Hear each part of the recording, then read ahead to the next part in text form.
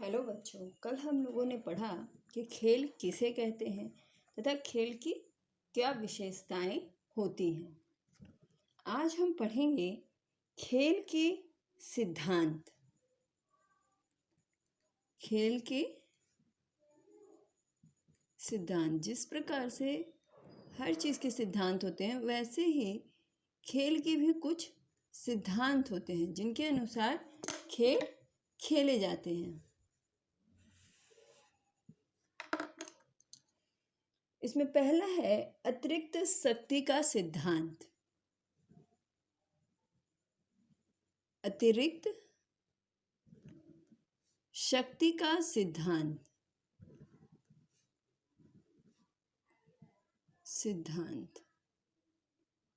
अतिरिक्त शक्ति का सिद्धांत। इस सिद्धांत के प्रतिपादक शिलर तथा स्पेंसर हैं। कौन कौन है इसके प्रतिपादक? शिलर तथा स्पेंसर। शिलर तथा स्पेंसर हैं। इनके अनुसार जब बालक में आवश्यकता से अधिक शक्ति एकत्र हो जाती है, यानी कि जब बच्चे के अंदर जो है अपनी स्वयं की ऊर्जा बहुत अधिक एकत्र हो जाती है तो वो खेल के द्वारा एकत्रित शक्ति को व्यय करता है। क्या होता है कि जब बच्चे के शरीर के अंदर बहुत अधिक मात्रा में शक्ति या ऊर्जा एकत्र हो जाती है तो उस ऊर्जा को कहाँ निकालता है, कहाँ व्यय करता है? खेल में। खेल के द्वारा अपने अंदर संचित शक्ति को वो बाहर निकालता है। अतः कहा जा सकता है कि खेल में शरीर की अतिरिक्त शक्ति व्यय होती है, अर्थात खेल वह साधन है जिसके द्वारा शरीर की शक्ति व्यय होती है। यह सिद्धांत उपयुक्त इसलिए प्रतीत नहीं होता है कि दुबले बच्चे जिनमें शक्ति का अभाव होता है वह खेल क्यों खेलते हैं। अगर ये सिद्धांत मान लिया जाए कि बच्चे में जो अतिरिक्त शक्ति है, जो अतिरिक्त ऊर्जा है, उसको व्यय करने के लिए वह खेलता है, तो जो दुबले पतले बच्चे हैं तो वह क्यों खेलते हैं? उनके अंदर तो बहुत शक्ति नहीं होती। तो दैनिक जीवन के निरीक्षणों के आधार पर, यानी दैनिक जीवन को जब हम देखते हैं, दैनिक जीवन में जब बच्चों को खेलते देखते हैं तो उस आधार पर हम कह सकते हैं कि बालक स्कूल और घर के काम करने के बाद उसे जब भी थोड़ा समय मिलता है तो वो खेलने लग जाता है। वे थकान होने के बावजूद भी खेलता है। दूसरी क्या है, यानी कि हम कह सकते हैं कि ये सिद्धांत जो है शिलर तथा स्पेंसर का अतिरिक्त शक्ति का सिद्धांत वो पूरी तरीके से सही नहीं माना गया, नहीं देखा गया। दूसरा सिद्धांत है मनोरंजन का सिद्धांत। मनोरंजन का सिद्धांत। मनोरंजन का सिद्धांत, इस सिद्धांत के प्रतिपादकों में पैट्रिक का नाम प्रमुख है। किसका नाम प्रमुख है?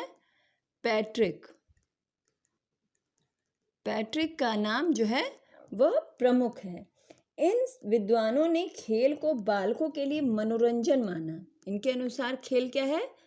बालक के लिए मनोरंजन। स्पेंसर द शिलर का था अतिरिक्त शक्ति का सिद्धांत, यानी जो शरीर में शक्ति है, ऊर्जा है, उसको व्यय करने के लिए बच्चे खेलते।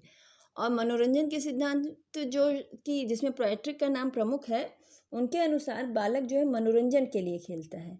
यह लोग यह भी मानते हैं कि खेल के द्वारा बच्चे खर्च हुई ऊर्जा को पुनः प्राप्त कर लेते हैं। इनका सिद्धांत जो था, पहला सिद्धांत था, उनके अनुसार जो शक्ति है, अतिरिक्त शक्ति, उसको खेल में बच्चे जो है व्यय करते हैं। किंतु इनका जो सिद्धांत है मनोरंजन का सिद्धांत, इनके अनुसार जो अतिरिक्त शक्ति, जो हमारी थकावट के बाद जो हमारी शक्ति छिड़ हो जाती है, वो खेल के द्वारा हम पुनः प्राप्त कर सकते हैं। अर्थात खेल वह साधन है जिससे थकान दूर होती है और मनोरंजन प्राप्त होता है। नेक्स्ट है हमारा तीसरा क्या सिद्धांत है? पुनरावृत्ति का सिद्धांत। पुनरावृत्ति का सिद्धांत।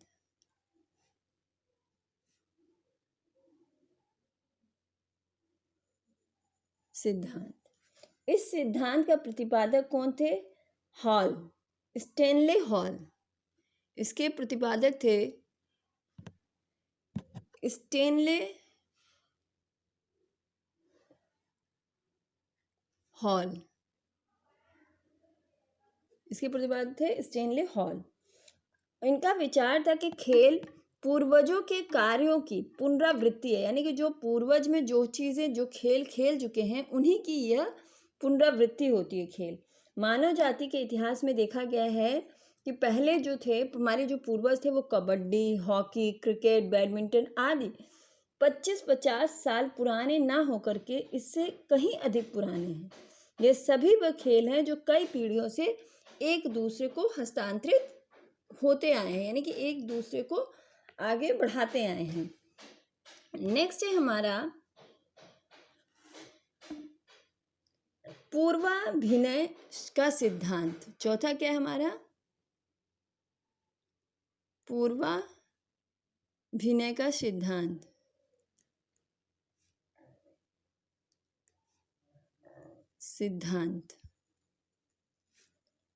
इस सिद्धांत का प्रतिपादक है, इस सिद्धांत के प्रतिपादक कौन है? Karl gross. कार्ल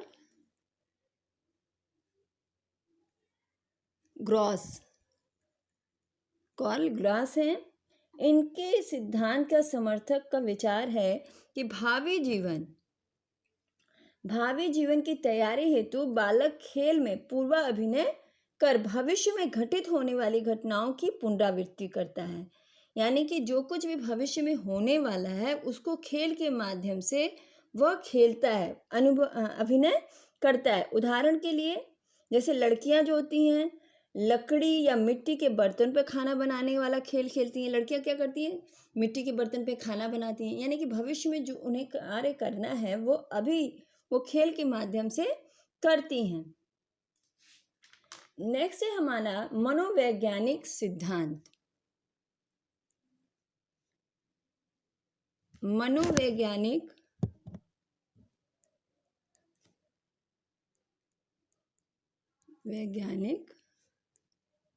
सिद्धांत। खेल के दो मनोवैज्ञानिक सिद्धांत सबसे अधिक प्रचलित है। पहला है रेचन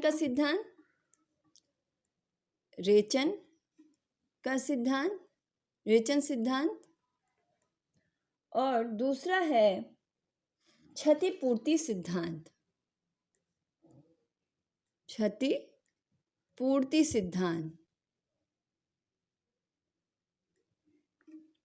पहला हो गया रेचन सिद्धांत और दूसरा है क्षतिपूर्ति सिद्धांत।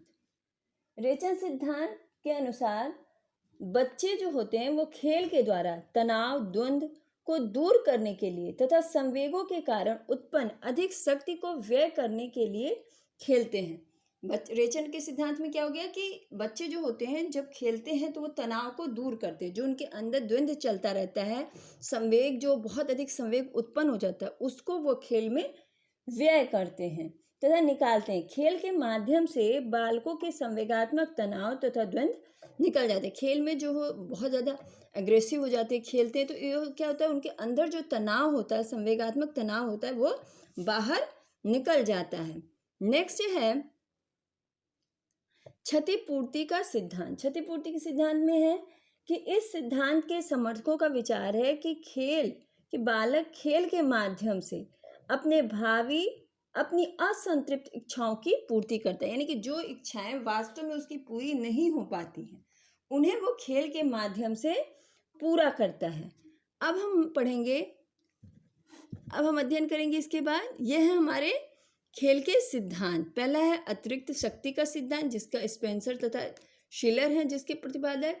फिर मनोरंजन का सिद्धांत जिसके पैट्रिक हैं और पुनरावृत्ति के सिद्धांत को स्टैनले हॉल ने प्रतिपादित किया है। फिर पूर्व अभिनय का सिद्धांत कार्ल ग्रास और मनोवैज्ञानिक सिद्धांत तो जो है ये दो होते हैं, रेचन सिद्धांत और क्षतिपूर्ति सिद्धांत। अब हम जानेंगे खेल के प्रकार के खेल कितने प्रकार के होते हैं।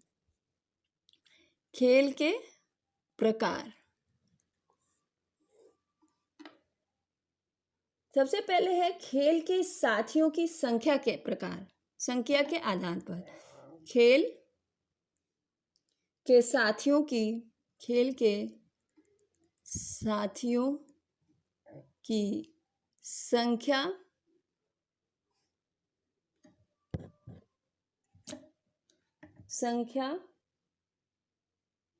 के आधार पर खेल। इसमें है कि भिन्न भिन्न खेलों के में भिन्न भिन्न संख्याओं में साथी होते हैं। इस आधार पर खेल को कुछ प्रमुख भागों में बांटा गया है। साथियों, किसी में 2 होते हैं, किसी कोई खेल ऐसा होता है जिसमें बच्चा अकेले ही खेलता है, कोई समूह में खेलता है, तो उसी आधार पर खेल को बांटा गया है। इसमें सबसे पहला है समांतर खेल।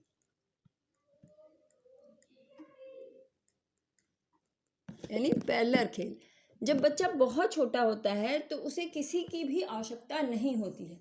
बच्चे अकेले ही अपने हाथ पैर फेंक कर खेलते रहते हैं। उन्हें किसी दूसरे बच्चे की आवश्यकता नहीं होती, वो स्वतंत्र रूप से खेलते हैं। दूसरा है लगभग 14 माह की आयु तक बालक में सामाजिकता की मात्रा बहुत कम होती है। इस अवस्था में बच्चे अपने दैनिक जीवन में अक्सर अकेले ही खेलते हैं, इनमें किसी की आवश्यकता नहीं होती। दूसरा है सहचारी खेल। दूसरा है सहचारी खेल। सहचारी खेल मतलब 2 लोगों के साथ खेले जाने। इस अवस्था में 2 बालक एक दूसरे के साथ खेलते हैं।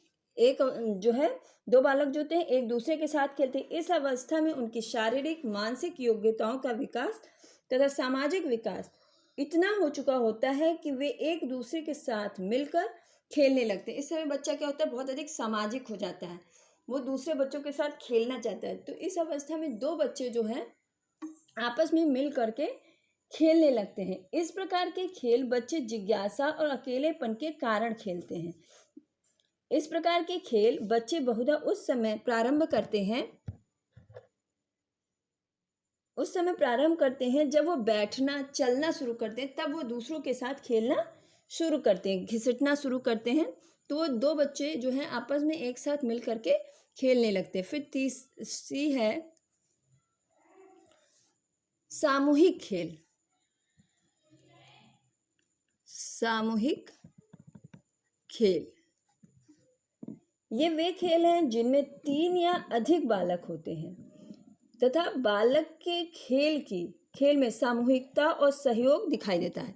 सहचारी खेल में क्या है, 2 बच्चे एक साथ खेलते हैं और समांतर खेल में बच्चा अकेले खेलता है। हर बच्चा जो अकेले अकेले खेलता है। सहचारी में 2 बच्चे खेलते हैं और सामूहिक खेल में बच्चे जो हैं 3 बच्चे या 3 से अधिक बच्चे मिल करके एक साथ खेलते हैं।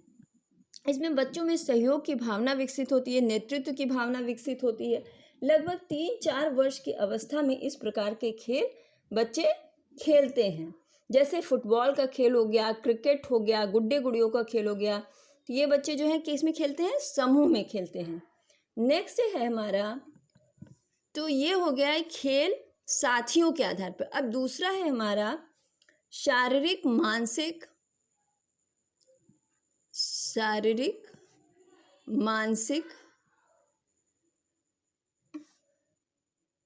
सक्रियता के आधार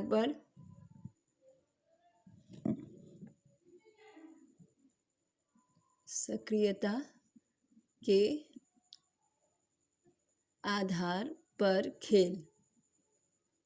यानी कि ऐसा खेल जिसमें बच्चा शारीरिक तथा मानसिक रूप से सक्रिय रहता हो। पहला है इसमें शारीरिक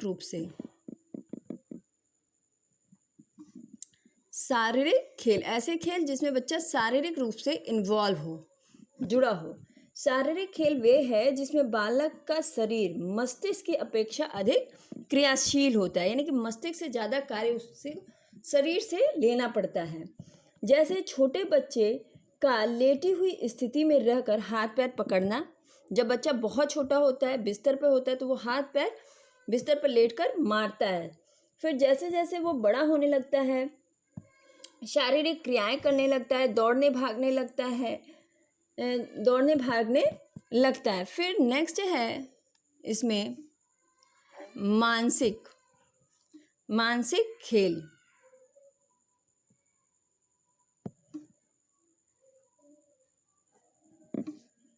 मानसिक खेल वे हैं जिनमें बालक का मस्तिष्क शरीर की अपेक्षा अधिक क्रियाशील होता है। ये कौन से खेल होते हैं जिसमें शारीरिक रूप से कम क्रियाशील होता है, बल्कि मानसिक रूप से बच्चा जो है अधिक क्रियाशील होता है। जिन अधिक क्रियाशील होता है, कहानी, किस्से, पहेलियां बुझाना, ताश खेलना, शतरंज खेलना आदि कुछ ऐसे खेल हैं जिसमें मस्तिष्क मानसिक रूप से बच्चे को अधिक सक्रिय होना पड़ता है।